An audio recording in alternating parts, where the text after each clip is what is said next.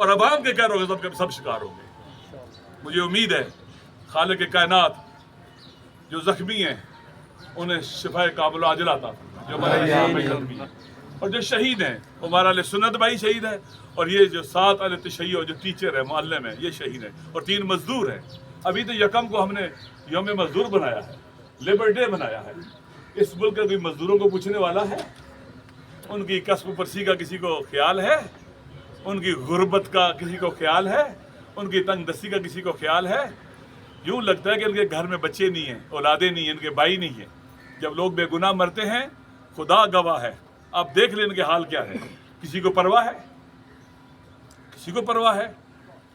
آئے دن بارڈر پر ہمارے جوان مارے جاتے ہیں، کسی کو پرواہ ہے؟ جن جن لوگوں نے اس ملک کے اندر امریکہ کا ساتھ دیا اور وار اگینسٹ ٹیرر میں فرنٹ لائن پہ آ گئے ضیاء الحق کے دور سے، اور اس کے بعد ہمارا ملک دہشت گردوں کی اماجگاہ بن گیا اور دہشت گردی کی اماجگاہ بن گیا۔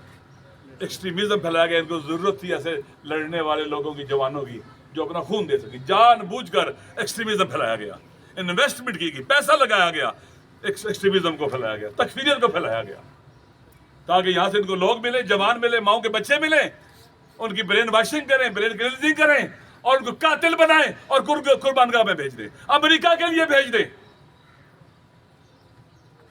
امریکہ کے لیے بھیج دیں، امریکہ کے مفادات کے لیے بھیج دیں، امریکہ کی ہیجمونی کی بقا کے لیے بھیج دیں، اس خطے کے دشمنوں کے لیے بھیج دیں۔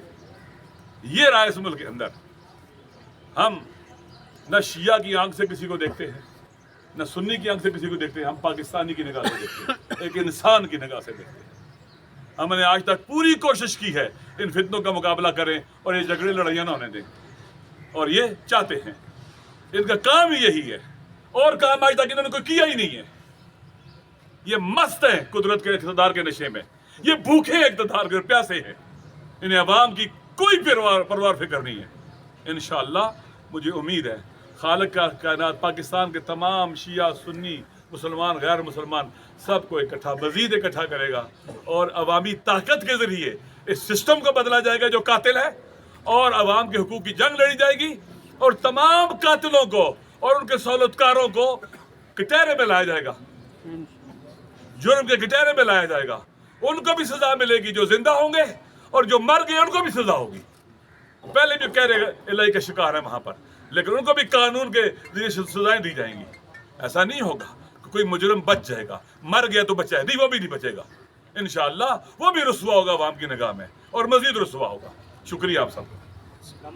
ایک اور بات، ان جو ٹیچرز تھے انہوں نے چند دن پہلے ڈی سی کو اور وہاں کے انتظامیہ کو باقاعدہ آگاہ کیا تھا کہ بھائی ہمیں خطرہ ہے، یہاں پر اس طرح کی چیزیں نظر آ رہی ہیں۔ آپ کو پتہ ہے ان علاقوں میں لوگ بڑے ذہین ہوتے ہیں، تھوڑی سی ایکٹیویٹی کو پتہ چلتا ہے کہ خطرہ ہے ہماری جانوں کا، ہم یہاں پر پڑھا رہے ہیں، ادھر آئے ہوئے ہیں، ہمیں سیکورٹی دے، لیکن ان کو سیکورٹی نہیں دی، سیکورٹی نہیں دی گئی۔ انہوں نے درخواست کی تھی سیکورٹی دینے کی، ہمیں سیکورٹی دیا، ان کو سیکورٹی نہیں دی۔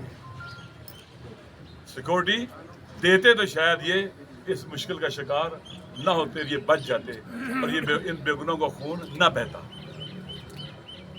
یہ پتہ چلتا ہے کہ سوچی سمجھی سازش ہے، جس کے ذریعے اس حساس خطے کو ناامنی کا شکار بنایا جائے گا، جنگ اور لڑائی شروع کرنے کی کوشش ہے۔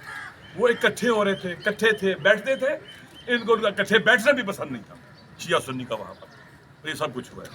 انشاءاللہ خداوند متعال ہم سب کو صبر دے گا، اور ہم اپنی اس جدوجہد کو جاری رکھیں گے جو ظلم کے خلاف ہے، جو پاکستان کے اندر آئین کی سربلندی اور قانون کی حکمرانی کی ہے۔ انشاءاللہ یہ ملک ایک دن، یہ بہت خوبصورت ملک ہے، ایک دن آئے گا اس میں امن و امان ہوگا، اس میں ترقی اور بشرفت ہوگی، بھائی چارہ ہوگا، محبت ہوگی، لوگوں کی جان بھی محفوظ ہوگی، ان کا مال بھی محفوظ ہوگا، ان کی ناموس بھی محفوظ ہوگی۔ ہم ہوں یا نہ ہوں، ایک دن ضرور آئے گا، مظلوم جیتیں گے اور ظالم رسوا بھی ہوں گے اور ہاریں گے بھی انشاءاللہ۔ اگر ایسا بھی بتائیے گا، جیسے بھی آپ نے پوری تفصیل بتائی ہے، اس سے پہلے کچھ واقعات اور ہوئے ہیں، لکی مربت کا واقعہ ہوا، اس سے پہلے CTD کا واقعہ ہوا، اس سے پہلے سانحہ پشاور ہوا، اور اس سے پہلے قصہ خانی بازار کا